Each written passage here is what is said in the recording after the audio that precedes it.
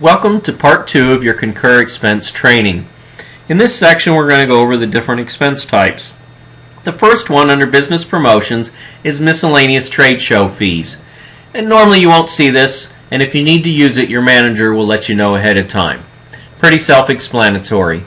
Communications for certain positions such as specialist and administrative roles, then internet charges and local phone are reimbursable.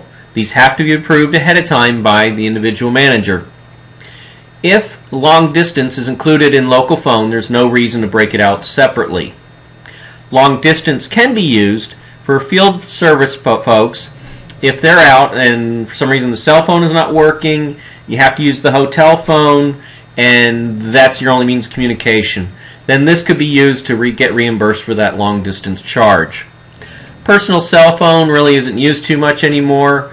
Most all the phones are contract and they'll be issued to you when you come on board.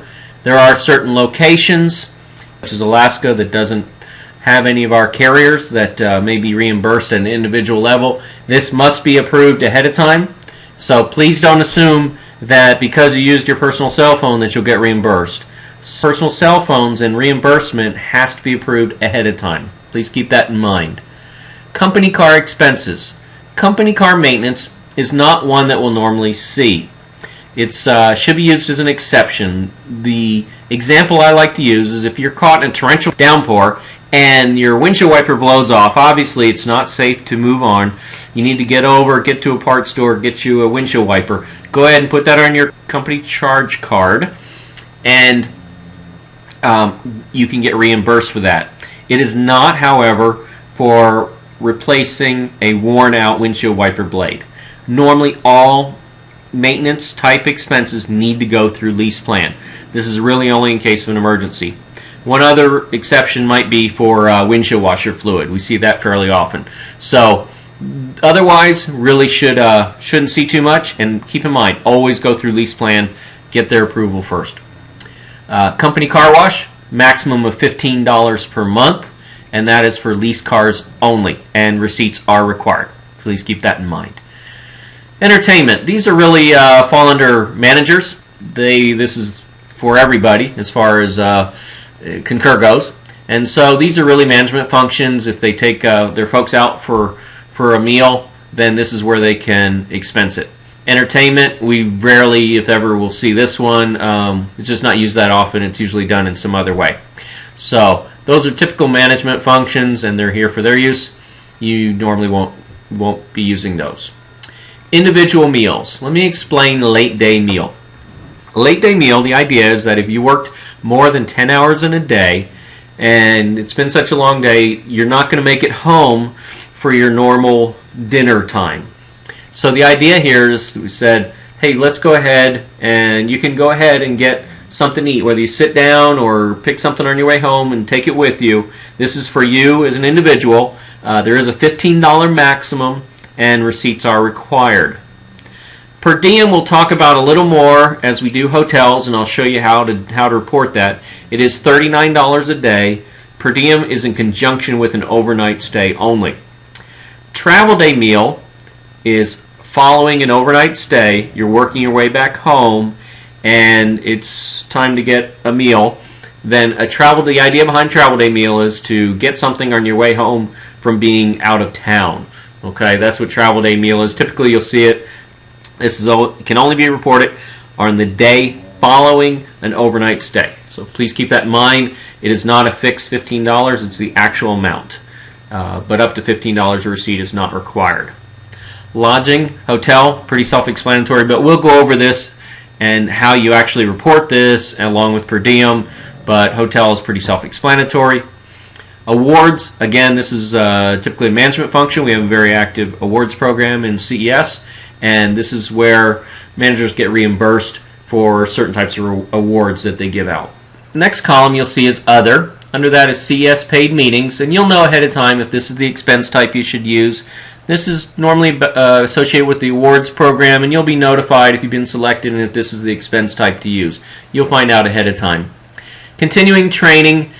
This would be for typically something outside of the realm of normal technical training. Might be an administrator needs a certification and there's a charge for that certification. Something like that would fall under here. Most all of your training will be in the technical side and will just be reported as normal expenses under the other categories here.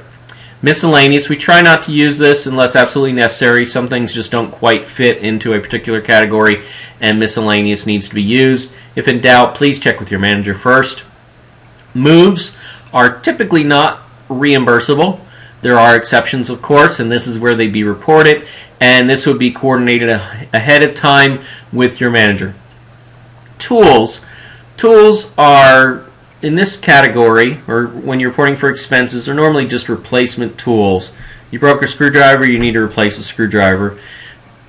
If it's something special that you would like to have, or something you need to make sure that you've approved it with your manager ahead of time, we don't normally go out and buy individual tools that just because somebody likes this type versus another type, because we provide all the tools as a kit.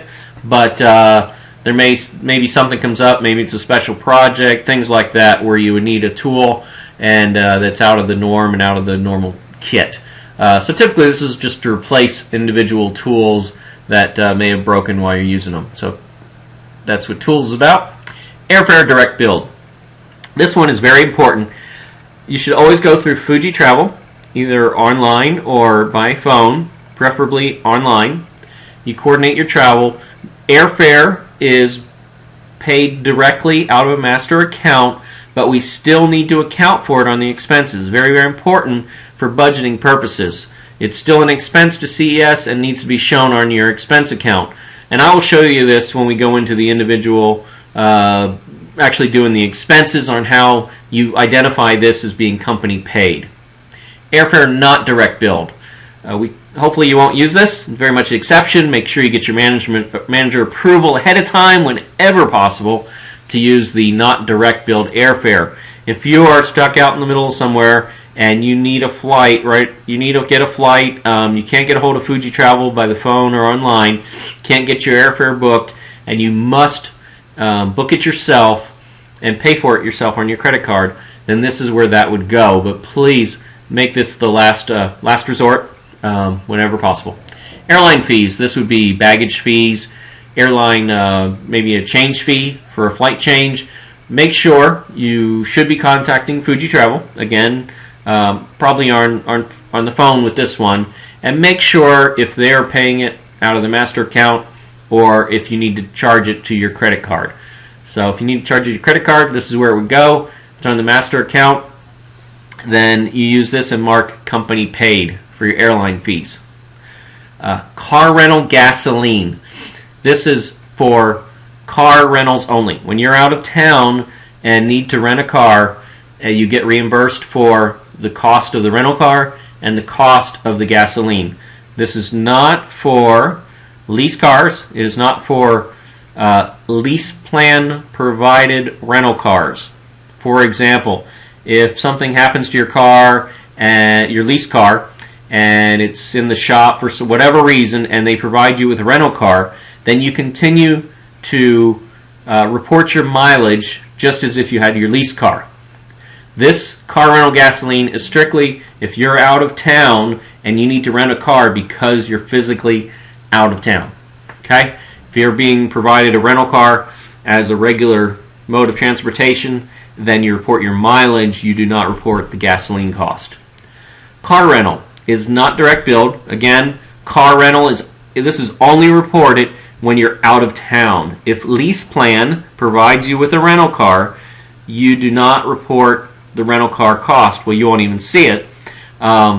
You will just continue to claim your mileage just as you would as if you had your lease car. So please keep that in mind. Car rental, not direct billed, means you pay for it and then get reimbursed, of course, but it's strictly for when you're out of town. Car rental gas, strictly for out-of-town rentals. If in doubt, talk to your manager, but keep that in mind. These are not, if they're provided with anything by lease plan, you do not use these categories. Mileage.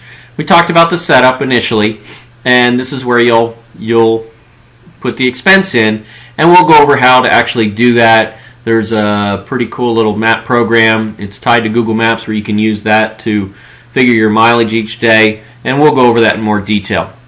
The other ones are pretty straightforward. Parking, pretty straightforward. If there's any kind of parking expense, typically airport, make sure you have your receipt. Shuttles, taxis, tolls. Keep in mind if you're in a toll-heavy area that you can do it one of two ways.